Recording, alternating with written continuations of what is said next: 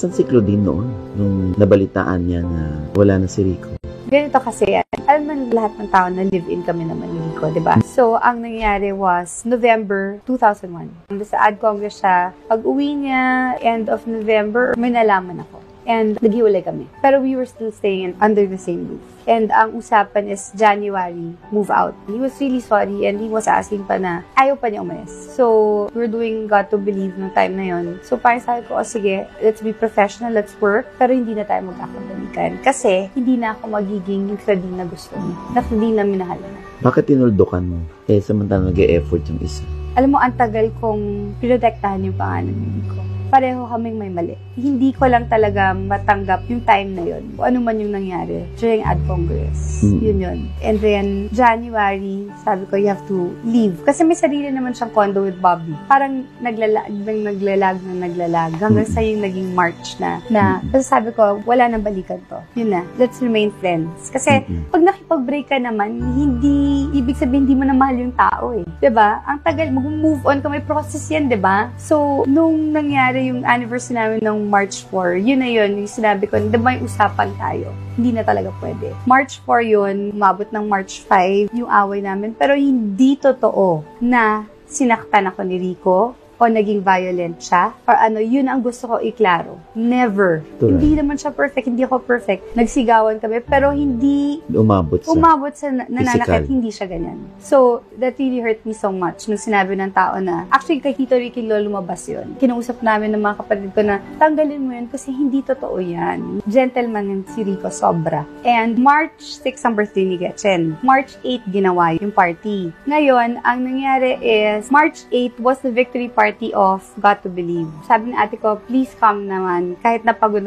na ako, pumunta ako sa birthday na ate ko. Pero pinauwi ko na yung driver at saka yung PA ko para makapagpahinga. Si Kuya Dennis at si Marjorie na maghahatid sa akin. Lasing na lasing si Kuya Dennis, hindi niya ako nahatid. Andun si Raymart. Andun din si Joey Marquez. So, ang ending, si Joey Marquez maghahatid sa akin o si Raymart. Para niya kasi Joey Marquez. Si Raymart Quezon City. Si Raymart ang naghatid sa akin with Daniela. So, may bit-bit akong mga bagay niyan. Siya ang kumarga kay Danny. Dinala sa unit ko. Ngayon, naghahanap siya ng condominium. Tapos, nakita niya yung condo ko. Naaliw siya kasi 2 floors. So, sabi niya, meron ba binibenta? Sabi ko, may sacrificial sale dito sa LPL. Yung mga pasalo. Yes, oo. So, the next day, sabi niya, pwede ko bang puntahan? The next day, 9. Yun, pinuntahan niya ako. 10 birthday ni Julia. Sa party ulit ni Julia. Hanggang sa everyday magkasama na kami. Pero, grupo kami. Bago pa lang yung Eastwood nun. Joey Marquez, marami kami. To the point na ako na-chismis with Joey Marquez. Matangkad si Joey Marquez, maliit si Raymart. So, pag naglakad kami, kami si Joey Marquez muna yung makikita mo. Diba? So, hindi siya naniligaw or anything. Pero parang gano'n na rin yun, diba? Parang nagpaparamdam or whatever. 6 naniligaw sa akin during that time na kami ni Rico. Hindi alam ng mga manliligaw na kayo pa ni Rico. No? Ala? Pero hindi ko talaga pinapansin. Pagpadala silang flowers, pala. Medyo actually nakakabastos on Rico's part and sa akin. Nabastusan ako for Rico's sake. So, everyday magkasama kami. Tapos nag-work ako. Magpapadala si Raymart ng food. Ganyan. Tapos, syempre, gusto ko rin pakita kay Rico na totoo na talaga to. Ito, tignan mo, mag-a-accept na ako ng mga manliligaw. Parang ganon. Kasi syempre, diba, hurt ako eh. Gusto kong pakita sa kanya, mag-move on na ako talaga. Ang last usapan namin was March 17, and then 24, and then the night na yun yung pinaka-nagsisisihan ko. The night na March 29 na madaling araw, tumatawag siya. I had 2 phones. Dati Nokia yon at Ericsson. Ang Ericsson meron pang-block. So, blinak ko yung number niya. So, parang sinabi ng sister niya, yung last call niya was sa sister niya at sa akin. Na hindi mo nasagot? 7 phone calls yun. Na hindi ko talaga missed calls. Intentionally, hindi mo sinagot. Intentionally din ako. So, kung sana sinagot mo, hindi nangyari yun. Yun ang feeling mo, kasalanan mo? Alam mo, ngayon naisip ko, baka yun yung pinakamalaking karma ko. Na hindi mo sinagot yung mga calls ni Rico. Yeah. And totoong nandun si Raymart. Klaklaruhin ko. In all fairness kay Raymart. Nandun si Raymart saan? Sa Subic rin. Nasa Dos Palmas si Rico. Matagal nang binili yung mga tickets. Dapat kasama ako. Hindi ako pumunta. I spent time with my family in Subic. Nandun si Raymart? Yeah. Usually naman, Odge, kapag Holy Week, kung wala ka sa Baguio, sa Boracay, nasa Subic, ganyan, nagkataon merong golf tournament si Congressman Boji D, na isa sa mga super close friends ni Raymart. Isa sa mga nagkasal sa amin ni Raymart, si Isabella. So, yun ang pinunta niya talaga doon. At the same time, andun na rin naman ako. Parang nangliligaw na rin ng konti. Kasi tahimik siya, so hindi ko alam Kasi Rico nga, hindi ko alam na naging boyfriend ko until sinabi ko, you have to ask me. 'Di ba? Na pwede ba kita maging girlfriend, ganyan. So, totoo. Totoo, nag-dinner kami with my family, with Raymart. Because actually, ang Santiago's and ang Barretos, very close. Kami lang ni Raymart ang hindi close. Kami lang yung hindi nag-uusap at nagpapansinan sa party. Yun. So, totoo yun. Pero para lumande or to spend time with Raymart in a romantic way, no. Hindi yun. Alam ng Diyos yun. Okay. So, nung namatay si Rico, Nandun si Raymart. nandun si Raymart sa Subic, kung Yes. saan nandun ka, tsaka yung family mo. Yes. Actually, nung break yung news, nandun yun si Raymart. Nung dad ko. And it was the first time na nakita ko umiyak ang tatay ko. At doon ko rin nakita kung gaano ka-strong pala ang babae kaysa sa lalaki. Because magla-lunch dapat sina congressman, nagpadala ng food, ganyan. Sa bahay namin, andun si Raymart. Biglang lahat nawala. Yung mga bata nawala. Cellphone ko, hindi ko mahanap. So, hinahanap ko yung cellphone ko, umakit ako. Kasalubong ko si Kuya Dennis. Iyak ng iyak. Tapos sabi ko, anong nangyayari? Tapos sabi ko, where's mom and dad? Sabi ko, kausapin ka daw ni daddy. Umakit tayo. So, umakit ako, pumunta ako doon, umupo ako sa may bed. Pumunta na si Marjorie nandun, yung kuya ko si Mito nandun, yung kuya ko si Jay nandun, andun si Raymart, andun si congressman. Pagpasok ko, feeling ko, intervention. Feeling ko, tatanungin ako ng dad ko about yung ninabas ni Tito Riquilo kung talagang sinaktan ako ni Rico. Pero ang point ko, parang, what's this? If you're gonna ask me about it, huwag naman sa hirapan ng ibang tao. Ginanon ko na yung dad ko. Hinawakan niya ako, both my hands sobrang tightly, and then he looked straight in my face and sabi niya sa akin, Din, you know that Rico is in Puerto Princesa, right? Yes, sabi ko. Pero gumagano na yung heart ko. This morning, tas nag-crack yung voice, they found him dead. Hindi pa niya natapos yung found him dead. Alam ko na. Nakutuban mo na.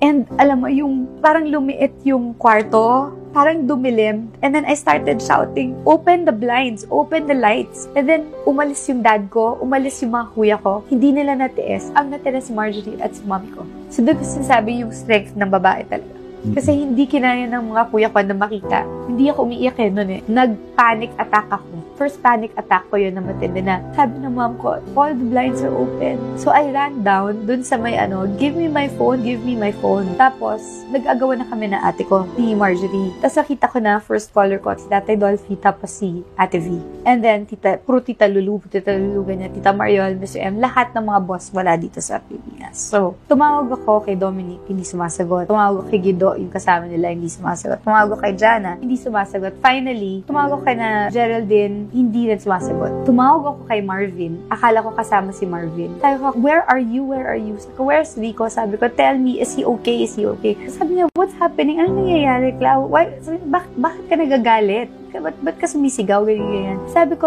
is it true? Sabi ko, is it true? Just tell me. Sabihin mo na sa akin, Marvin. Sabi ko. Sabi niya, ano ang sasabihin ko sa'yo? Nasaan ka? Sabi ko. Nasaan si Rico? Sabi ko, ganon. Anong sinasabi ng patay na? Ano? Patay na si Rico? Nagsisigaw naman si Marvin. So, binaba ko na nare-realize ko, hindi pala kasama si Marvin. Finally, tumawag na si Dominic sa akin. Sabi ko, where are you? At the hospital. So, may hope akong konti. Can I talk to the doctors, please? Clau, wala na.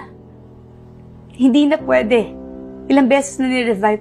Try nyo lang ulit. Please. Sabi ko, pakausap mo lang. Try mo lang ulit. Sunog na. Hindi na pwede. Wala na. Doon na ako, biglang may nurse na sumaksak sa akin ng Valium. And dumiretso akong Bulacan sa Kalumpit sa rest house ni Kuya Dennis at ni Marjorie. Nag-aantay ng tawag. Till, I don't know what happened. Tumawag daw si Geraldine kay Marjorie, asking nasaan ako. Till I got the call from Bobby na sinabi na, it's better na you pray for him alone. And lahat ito, inuulit ko lang for the timeline. Okay? Pero lahat to, all is forgiven. Emotions were all high. So, I cannot say na, ang sama na ugali nito, ang sama na to, dapat di ginawa ni to. Hindi. Ang masakit doon, Odge, sa pangyayaring yon was, diba, syempre, bawal ako, diba? Pumunta doon. Ang sinabi lang, ang bakit ka nga pala bawal? pumunta doon? Yun ang hindi ko alam. I was asking why. What did I do? Sabi niya lang na parang kailangan yung suit ni Rico kunin sa condo. Sa condo niyo? And then sinabi niya, he broke. Sabi ko, where are you? Sabi ko, where are you? Where will I go? Sabi niya, parang, it's better na. Huwag muna. Just pray for him alone na lang. So, yun, why? Tapos naririnig na ako ng ate ko. Kinuha niya na yung phone. Nagsisisigaw na yung ate ko. Si Marjorie. So, why? Bakit ganyan? Kakausap ko lang sa kapatid na isa na sinabi na, where's Claudine? And ito, ano ba talaga? Ano ba ang decision? So, yung healing time namin ni Gerald, dun ko tinanong kung bakit rin. And yung time na paan kinukrucify at galit na galit yung mga tao sa akin at sinasabi na pinagpalit ko si Rico, alam ng Diyos, mawala na lahat ng mga taong mahal ko, pero never ko niloko si Rico. Ang question ko nga kung ako yung namatay, ganun rin ba ang gagawin niyo kay Rico? Yun rin ba yung pagdadaanan niya? Kasi ayoko mapagdaanan na yung pinagdaanan ko. I mean, ika-question din ba yung mga na sa kanya? Sa mga na-chismis sa kanya? Ipipilit ba na totoo yun? Diba? I mean, kung sa akin nangyari yun, baka mas grabe pa yung ginawa sa kanya. And that during the time na kinukrucify ako ng tao at sinasabi nila kasalanan ko, na hindi alam ng tao, ako rin, sinisisi ko rin sa sarili ko. Na sana mas maging compassionate or understanding yung tao kasi kung pinapunish niyo ako, pinapunish ko rin yung sarili ko. Kung galit kayo sa akin, mas galit ako sa sarili ko. So, itong last na ni Rico, yun na yung sinabi ko na, okay, this is the last time I'm ever going to talk about him. But I will still celebrate. I will still celebrate him. I will still, of course, sa birthdays, sa death anniversary, sa lahat ng mga importanteng araw na dapat ako nandun. This is not going to stop me from going to visit him, to have that parang nagsa-start kami ni Tita Sita to have a nice relationship, you know, and isa pang gusto kong klaro, Tina is the youngest, okay, and Tina never got mad at me. She was, you know, so scared to go to Marjorie's house, knowing that andun si Marjorie, andun si Gretchen, andun lahat ng mga hindi pumunta na sa wake or pumunta na doon at may sarili kaming wake sa bahay. Doon ko tinanong si Raymart na, kasi sabi ko nakakahiya, pati yung mga Santiagos na dadamay na ganyan. Tapos sabi ko, nililigawan mo ba ako, Raymart? Nagtahimik lahat ng tao. Tapos sabi niya, sana, kung pwede. So, doon ko lang nalaman na, okay, ito pala yun. Yun yung timeline. Okay, pero hindi ko sinagot agad si Raymart. Sabi ko, hindi ako ready. So, it took like 1 year pa na nanligaw siya. Maybe it was because I was vulnerable. Maybe it was because I was sad. Mabuting tao rin naman siya kahit paano eh. Alam mo yun? Pero yung sana malaman ng tao na dala-dala ko yun araw-araw. Kung nandun ako, baka buhay pa siya. Alam mo yun? Pero may sinabi sa akin yung dad ko na tumatak sa akin na, don't you think na God didn't allow you to go there because what if you were there and you couldn't save him? What if pagising mo, katabi mo, malamig na nabangkay, binatroma ka pa, you think Rico would want that? So, be more, sa sarili mo. Kasi I was so mad at myself. You know, I was hardly eating, I was, you know, working. Even if ABS would tell me na, take all the time you want. But you see, of course, yung cameraman ko from mula sa puso, I had the same staff, ganyan. Lahat sila mawawala ng trabaho dahil namatayan ako. Namatay si Rico na Friday, Monday, I was already taping. And ginawa ni Direk Gwen lahat para lang mapaiyak ako. Kasi galit na galit ako sa sarili ko. And the only time na umiiyak ako was when I had interviews about him. But other than that, pinipilit ako ng mga kapatid ko that it's okay to cry. And then yun, ayaw na nila ako bumalik ng LPL. So I stayed with Margie and Kuya Dennis. So, yun yung pinagsisisihan ko. Baka kung nandun ako, baka nagawan ko ng paraan. Pero hindi rin ako doktor. Hindi rin ako Diyos. Tama rin yung dad ko sa part na yun. What if, baka nabaliw na ako kung hindi ko siya nasave. So, sa mga tao na nagsasabing kasalanan ko, ganun din ang tingin ko sa sarili ko. So, sana, mas maging understanding kayo kahit konti. Dahil yung galit nyo sa akin noon, siguro, 1,000,000 times over ang galit ko sa sarili ko. Nung panahon na yun. And, ito guys, I'm not using Rico when people say that I'm using him. No, I just want him to be remembered. And yun, this is sabi ko like what I said on. Sa'yo ko ng last na pag-uusapan to. And then I will not talk about him anymore. He's already in God's hands. But he's always gonna be